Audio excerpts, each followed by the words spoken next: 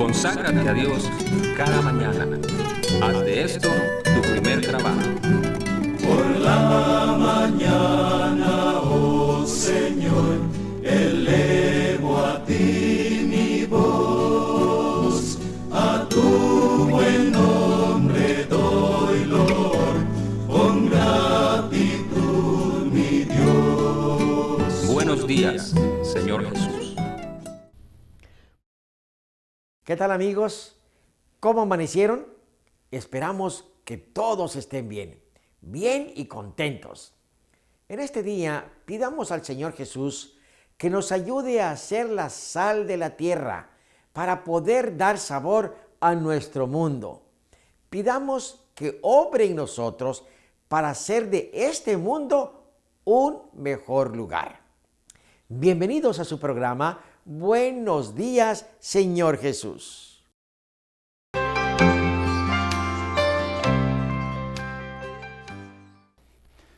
Hola mis hermanos y amigos, cómo me da gusto que estén con nosotros en otro amanecer para consagrarnos a Dios como la primera actividad del día. Y de esta forma, pase lo que pase, en manos de Dios estamos seguros. Elevemos nuestros pensamientos al Todopoderoso. Gracias te damos, Señor, porque otra vez vemos la luz de un nuevo día.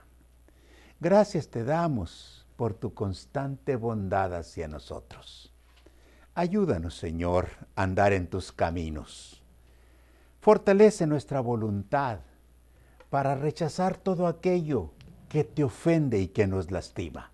En el nombre de Cristo lo pedimos. Amén. Vamos a Gálatas 5:17. Porque el deseo de la carne es contra el espíritu, y el del espíritu es contra la carne. Y estos se oponen entre sí para que no hagáis lo que quisierais. Muchos creen que la vida cristiana es de paz y de gozo, pero es todo lo contrario. Pues al tomar conciencia de nuestra naturaleza pecaminosa, comienza una lucha interior entre los deseos de la carne, es decir, de nuestra naturaleza caída, contra las aspiraciones de Dios para sus hijos. Están más satisfechos con ellos mismos los que viven dándole gusto a sus pasiones carnales y quienes creen que son buenos por las buenas obras o la buena conducta que llevan. El ejemplo es Saulo de Tarso. Como buen fariseo, creía en la superioridad judía sobre todas las razas. Como observador de las leyes y tradiciones de su pueblo, creía que estaba bien con Dios y como soldado de Dios estaba dispuesto a defender su religión, persiguiendo a los cristianos a quienes consideraba una amenaza para la pureza de la fe y la unidad de su nación. Un día que una multitud furiosa rodeaban a Esteban, quien les hablaba de Jesús en el contexto profético, tratando de convencerlos de que Jesús era el cumplimiento de las profecías del Antiguo Testamento respecto al Mesías. Al ver que sus argumentos eran sólidos y basados en sus propios escritos sagrados, dice Hechos 7, 57 y 58. Entonces ellos, dando grandes voces, se taparon los oídos y arremetieron contra él, y echándole fuera de la ciudad, le apedrearon, y los testigos pusieron sus ropas a los pies de un joven que se llamaba Saulo. Saulo quedó impresionado por la serenidad y el valor con que el mártir afrontó la muerte, pero estaba dominado por un fanatismo ciego e irracional que le impedía ver la verdad expresada en los escritos sagrados de su mismo pueblo. Y después de aquel incidente, reanudó su lucha contra los cristianos. Dice Hechos 9:1, y Saulo, respirando aún amenazas y muerte contra los discípulos del Señor, vino a los sacerdotes y les pidió cartas para las sinagogas de Damasco, a fin de que si hallase algunos hombres y mujeres de este camino, los trajese presos a Jerusalén. No tenía problemas de conciencia. Creía que estaba ayudando a Dios para limpiar de herejes su religión. Es más, estaba orgulloso de ser como era. Filipenses 3, del 4 al 6, dice: si alguno piensa confiar en la carne, yo más, circuncidado al 8º día, del linaje de Israel, de la tribu de Benjamín, hebreo de hebreos, en cuanto a la ley, fariseo, en cuanto a celo, perseguidor de la iglesia, en cuanto a la justicia que es por la fe, irreprensible. Es casi imposible convencer que está mal a un religioso fanatizado como Saulo de Tarso. Pero Dios, en su gran amor, usó un método duro para hacerlo reaccionar. Un día que iba camino a Damasco, con el propósito de tomar prisioneros a los cristianos de aquella ciudad y traerlos a Jerusalén para juzgarlos y castigarlos por sus herejías, esa actitud intolerante no solo se dio entre los judíos. Muchos cristianos de la religión popular se enorgullecen de que su iglesia por siglos fue la única, pero ignoran que cuando tenían los reyes y poderosos de su parte, no admitían oposición. Y los herejes eran perseguidos, encarcelados, torturados y quemados vivos por una comisión de religiosos encargados de mantener la pureza de la fe. De este tipo de religiosos era Saulo, pero Dios tuvo compasión de él y le quitó la venda de los ojos. Un día que iba camino a Damasco en persecución de los cristianos, un rayo de luz lo cercó. El caballo se asustó y lo tiró al suelo.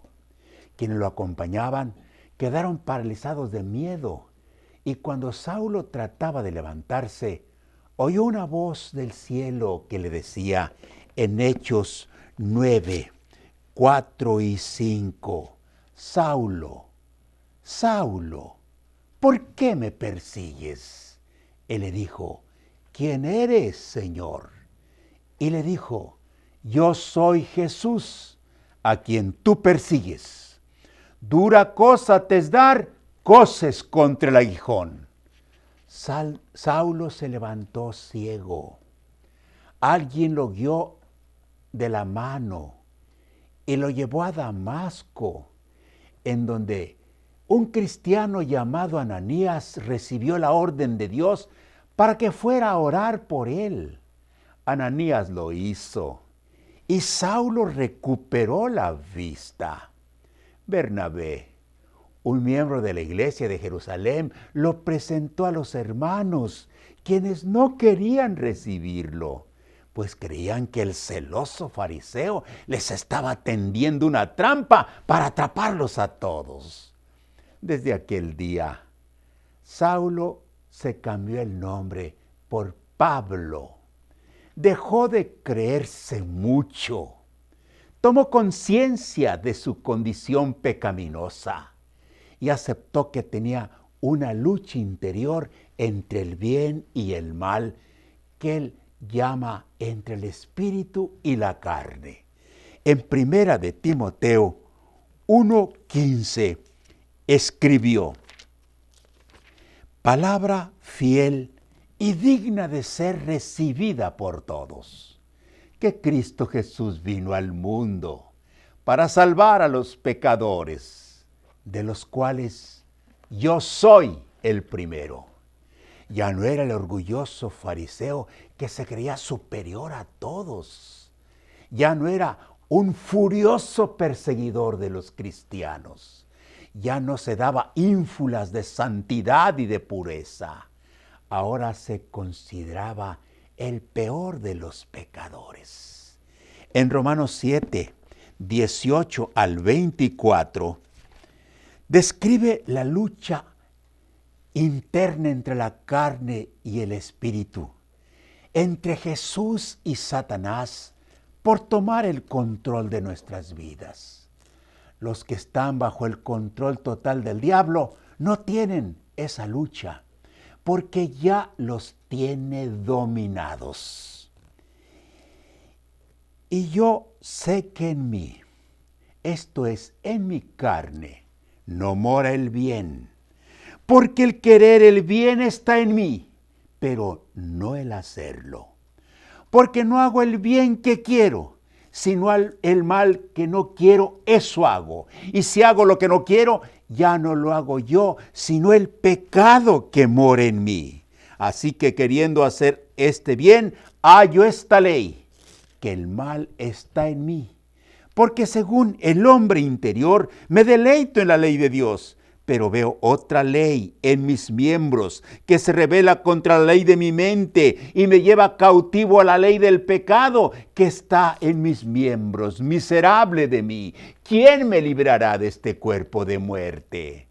Solo la presencia permanente de Cristo en el corazón del pecador puede librarlo de la esclavitud del pecado. Solo el poder del Espíritu Santo puede santificar y purificar las tendencias pecaminosas de la pervertida naturaleza humana.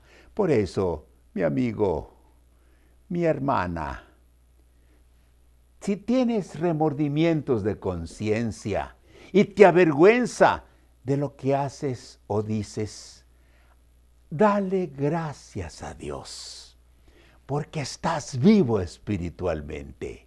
Y esa lucha interior es una evidencia. No te des por vencido o por vencida. Sigue adelante en esa lucha. Ve lo que dice Primera de Juan 1, 8 y 9. Si decimos que no tenemos pecado, nos engañamos a nosotros mismos y la verdad no está en nosotros. Si confesamos nuestros pecados, Él es fiel y justo para perdonar nuestros pecados y limpiarnos de toda maldad. Oremos. Gracias te damos, Señor, porque podemos ser triunfantes en Cristo. Gracias porque esa lucha interna que se lleva dentro de nosotros finalmente será una victoria rotunda cuando Cristo tome posesión plena de nuestras vidas y, Señor, nos dé la victoria sobre nuestras tendencias pecaminosas. Te suplicamos que sigas trabajando en nosotros. En el nombre de Cristo Jesús. Amén.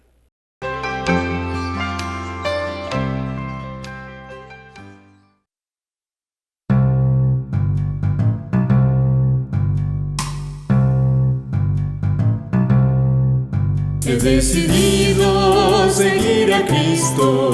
He decidido seguir a Cristo. He decidido seguir a Cristo. No vuelvo atrás, no vuelvo atrás. La vida antigua la he dejado. La vida antigua la he dejado. La vida antigua la he dejado. No vuelvo atrás, no vuelvo atrás. El Rey de Gloria me ha transformado. El Rey de Gloria me ha transformado. El Rey de Gloria me ha transformado. No vuelvo atrás, no vuelvo atrás.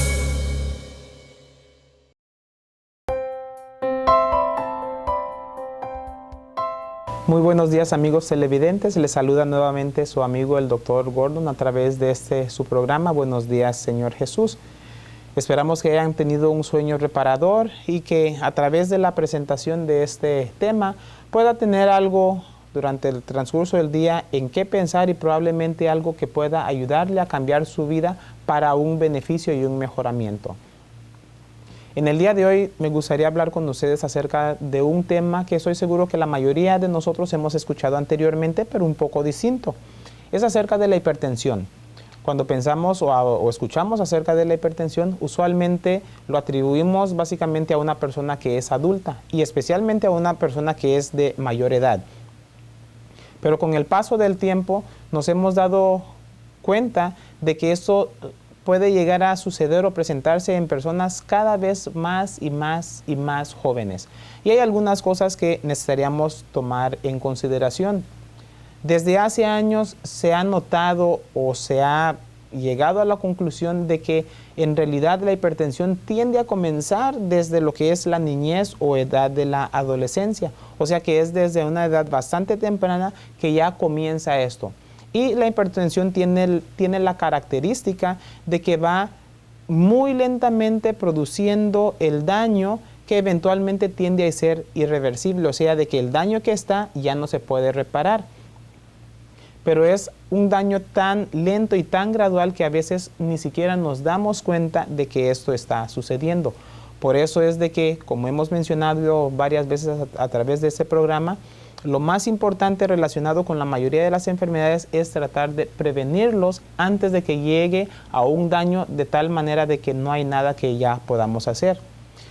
Un poco de estadística nos dice de que en los niños o jóvenes menores de 18 años de edad se estima de que aproximadamente 2 a 3% de ellos tiene el problema de lo que es la hipertensión.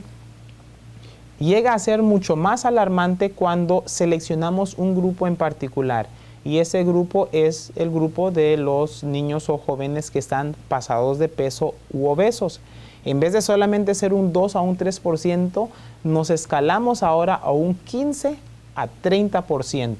Así que es algo que realmente debemos de tomar en cuenta y tratar de enfocarnos en él. ¿Cuál es el problema de la hipertensión? El problema de la hipertensión es de que gradualmente va produciendo lo que llamamos la arteriosclerosis, que es el endurecimiento de las arterias.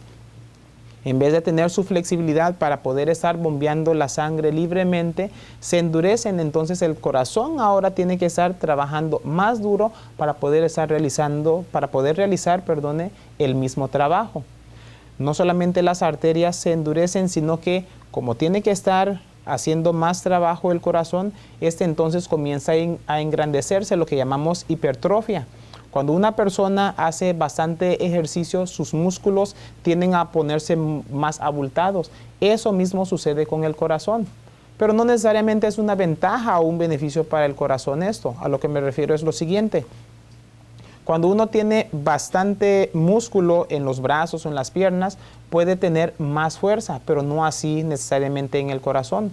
Lo que sucede es que el corazón debe de tener un hueco o una cavidad en medio, a través del cual se llena de sangre, entonces el músculo se contrae para mandar la sangre. Pero cuando se hace muy abultoso, el espacio que debe de estarse llenando de sangre se disminuye. Entonces la eficiencia del corazón va a disminuir. Así que hipertrofia del corazón no es beneficioso como sería la hipertrofia de los músculos de nuestro cuerpo.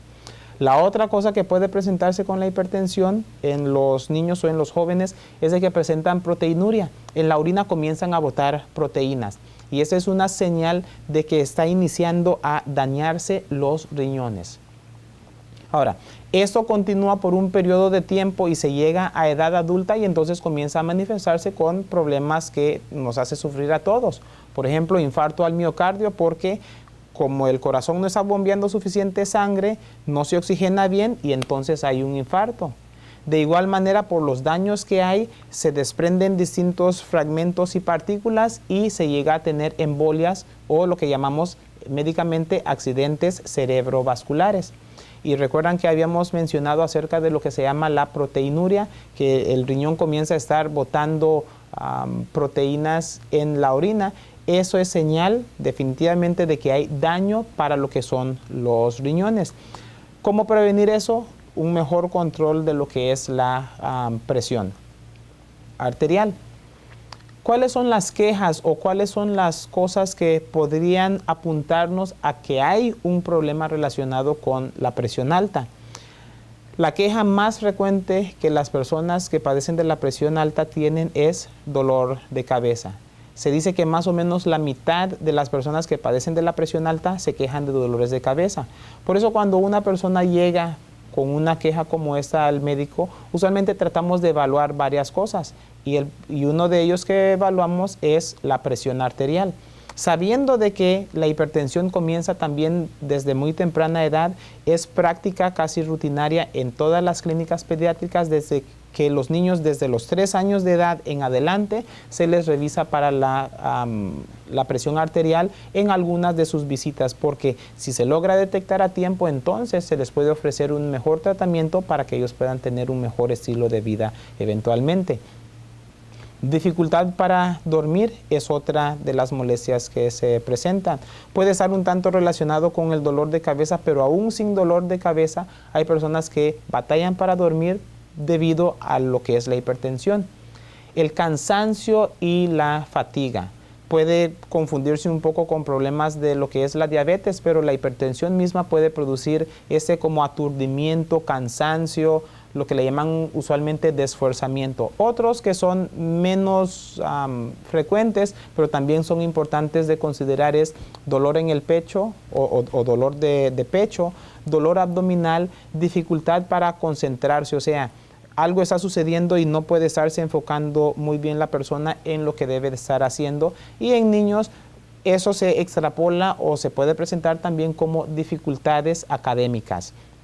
¿Cómo se llega al diagnóstico de la hipertensión? No solamente por haberse tomado la presión en una ocasión, salió alta y ya tiene hipertensión, no. Necesita ser tomado en varias ocasiones con el tamaño apropiado del equipo para que entonces se pueda saber. Hay unos rangos de normal dependiendo de la edad de persona y cuando está por arriba de eso es cuando se considera como hipertensión. O sea, el valor de hipertensión para un adulto no va a ser el mismo para un adolescente o no va a ser el mismo para un niño. Depende mucho de la edad. Lo que se puede hacer para eso, muy importante, es la modificación de la dieta. Recuerden que uno de los factores más importantes para lo que es la hipertensión, mencionamos anteriormente, era la obesidad. Otro factor importante también tiene que ver con antecedente familiar. Si viene de una familia que padece la presión alta, muy probablemente vaya a padecer también de la hipertensión. Pero si se modifica el estilo de vida, hay muy buena posibilidad de que se pueda controlar esto. Lo que es la modificación de la dieta, control de peso. Número 2, tenemos el ejercicio. La actividad física tiende a producir un relajamiento en lo que son las arterias y las venas y entonces hace que el cuerpo pueda modularlo mejor. Cuando estos no funcionan muy bien, entonces tenemos lo que es el área de lo que es el medicamento. Aparte de estas cosas, uno de los factores importantes también es el control de la ingesta de sal. Hay muchas personas que les gusta agregar una cantidad exagerada o muy grande de sal a sus alimentos o consumir cosas que tienen demasiada sal. Una de las ventajas que tenemos el día de hoy es de que la mayoría de los productos que compramos o que consumimos tienen enlistado lo que se llama factores nutricionales o factores de la salud y ahí la persona puede ver la cantidad o el porcentaje de sal que tiene. ¿Por qué es importante esto? Porque ellos nos dan información adicional haciéndonos saber que al consumir tanta cantidad de este producto estamos consumiendo cierto porcentaje de lo que nuestro cuerpo necesita por día de esto. Por ejemplo, el pavo es una de las cosas que contiene una gran cantidad de sal, así que si lo vamos a consumir debemos de combinarlo con otras cosas que tengan bajo contenido de sal para que nos podamos mantener al nivel. Nuevamente, esto es muy importante porque aunque no presente mucho problema durante la niñez o durante la adolescencia, nos puede evitar mucho problema en el futuro. Que Dios nos bendiga porque Él quiere darnos larga y muy próspera vida.